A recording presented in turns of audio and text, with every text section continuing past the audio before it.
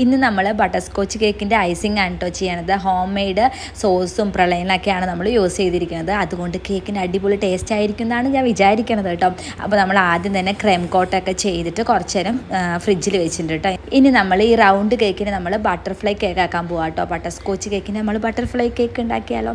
അപ്പോൾ നമ്മൾ നടു കട്ട് ചെയ്തിട്ട് അതിനെ അപ്പുറത്തുപ്പുറത്തൊക്കെ തിരിച്ച് വെച്ചിട്ട് എന്തൊക്കെ കുറേ സംഭവങ്ങൾ ചെയ്യണം കേട്ടോ. പിന്നെ നമ്മൾ ഇതിൻ്റെ മെയിൻ കോട്ടിംഗ് ഒക്കെ ഒന്ന് ഫിനിഷ് ചെയ്തെടുക്കാൻ ഒത്തിരി പാടുപെട്ടു കേട്ടോ. ഇവിടെ ആണെങ്കിൽ ഇടിയും മഴയും എല്ലാം ആയിരുന്നു. കുറേ നേരമായി പാതിരാത്രി എപ്പോഴും കറണ്ട് വന്നു കേട്ടോ. ഞാനിത് രാത്രി 10 മണിക്കോ 11 മണിക്കോ ഇരുന്ന് ചെയ്യണ സംഭവമാണ് കേട്ടോ. പിന്നെ പിറ്റേ ദിവസമാണ് നമ്മൾ കളർ ചെയ്തത്. ഡാർക്ക് കളറിന്ന് ലൈറ്റ് കളറായിട്ടാട്ടോ ഞാൻ ചെയ്തിരിക്കുന്നത്. ഇത് നമ്മുടെ ലോബിക്ക് ചേച്ചിയുടെ കുട്ടി ഋതുക്കുട്ടിക്ക് വേണ്ടിയിട്ടുള്ള കേക്കാണ് കേട്ടോ. ഇവിടെ വന്നിട്ടുള്ള ആദ്യത്തെ ഓർഡറാണ് എൻ്റെ.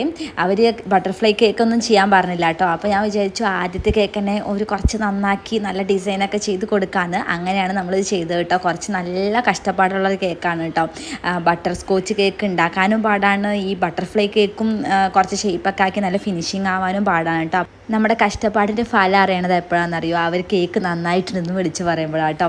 അവരെന്തായാലും പിടിച്ചു നന്നായിട്ടുണ്ടെന്ന് പറഞ്ഞു കേട്ടോ. അതുകൊണ്ട് എനിക്ക് നല്ല സന്തോഷമായി. അപ്പോൾ അവർ കേക്കൊക്കെ മേടിക്കാൻ വന്നു കേട്ടോ. അപ്പോൾ ശരി, ടാറ്റാ, ബൈ ബൈ.